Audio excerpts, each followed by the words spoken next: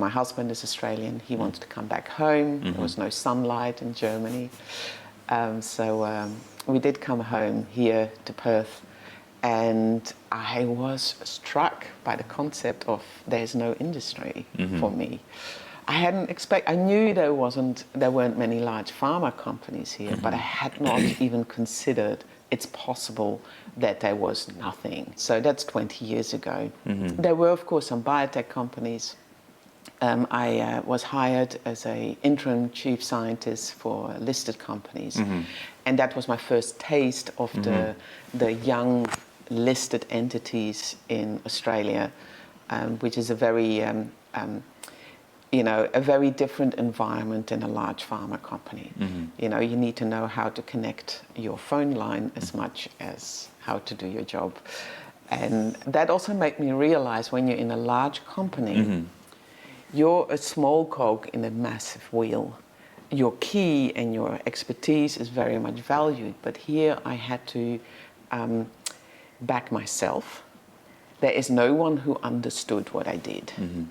So the backlash was quite like, well, you're the spoiled girl who had all these budgets in Germany, and you come here and you think you can just take a role at the university, or you can just take, so who are you? Which school did you go to? So it was a bit of a culture shock. But I'm always someone when I hit a block, I think about, obviously there's something I need to learn here. So nothing in life comes to you without there being a learning message and an opportunity to grow.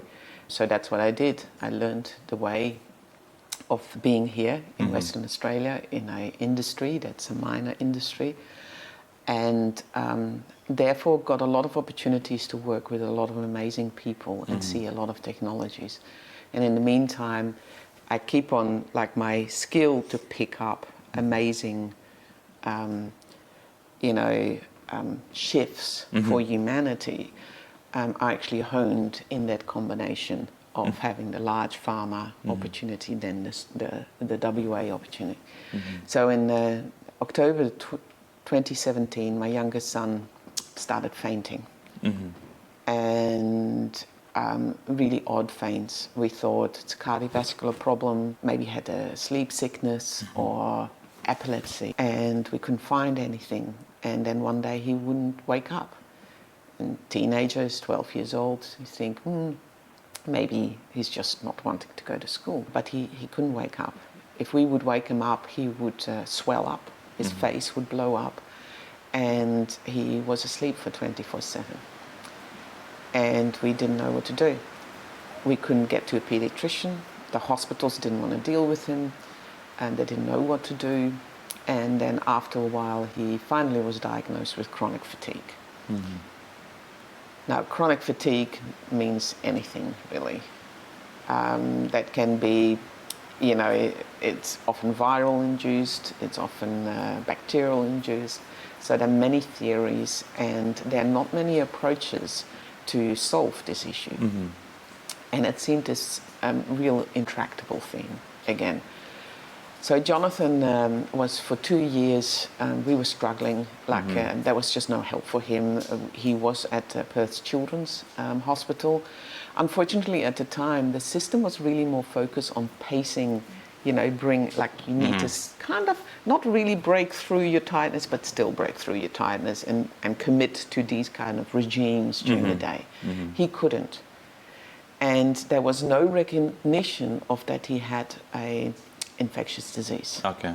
It was considered a psychological thing, so they would give a psychologist to work with him while I'm a psych. So I could see that as tired as he was, he thought it was interesting and would send the psychologist off into a spin.